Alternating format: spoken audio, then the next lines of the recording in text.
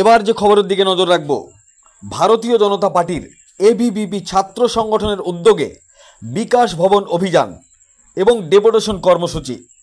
মূলত ছাত্রছাত্রীদের ভর্তির প্রক্রিয়া অবিলম্বে শুরু করতে হবে, এই দাবি নিয়ে এবিভিপির পক্ষ থেকে বিকাশ ভবন অভিযান। ভারতীয় জনতা পার্টির এবিভিপির ছাত্র সংগঠনের পক্ষ থেকে বিকাশ ভবন অভিযান কি বলেছেন শোনাবো আপনাদের। এই ভিডিওটি যারা দেখছেন চ্যানেলটি লাইক করবেন, শেয়ার করবেন আর সাবস্ক্রাইব করবেন। আই লাভ মাই ইন্ডিয়া, মেরা ভারত মহান।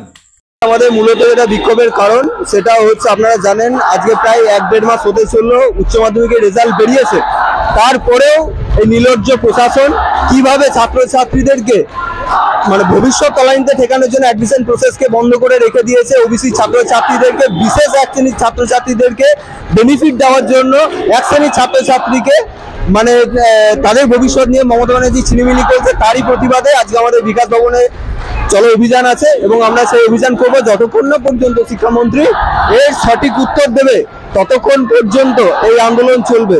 এবং আরেকটা কথা ক্লিয়ার ভাবে আমি জানিয়ে দিই যে আজকে যদি এর সলিউশন না হয়, আগামী দিনে প্রত্যেকটা ইউনিভার্সিটিকে অচল করে দেবো পশ্চিমবঙ্গের।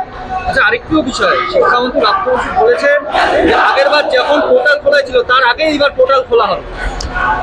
1.5 মাস হয়ে গেল, সাধারণ ছাত্রছাত্রীরা না সাধারণ মানুষকে কি বোকা ভেবে রেখে দিয়েছে নাকি শিক্ষামন্ত্রী দপ্তর বসু?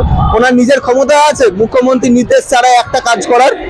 আজকে সমগ্র পশ্চিমবঙ্গ জুড়ে ছাত্রছাত্রীরা কি করবে না করবে এই সময়ে দাঁড়িয়ে দেখা যাচ্ছে পশ্চিমবঙ্গে মাইগ্রেশন কিভাবে বেড়েছে এবং ছাত্রছাত্রীরা কিভাবে বাইরের রাজ্যে পালিয়ে যাচ্ছে।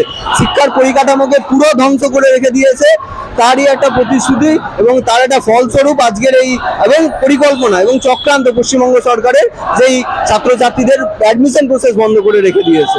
আপনার নাম আর ডেজিগনেশন? অনিরুদ্ধ সরকার, রাজ্য সম্পাদক এবিভিপি দক্ষিণবঙ্গ।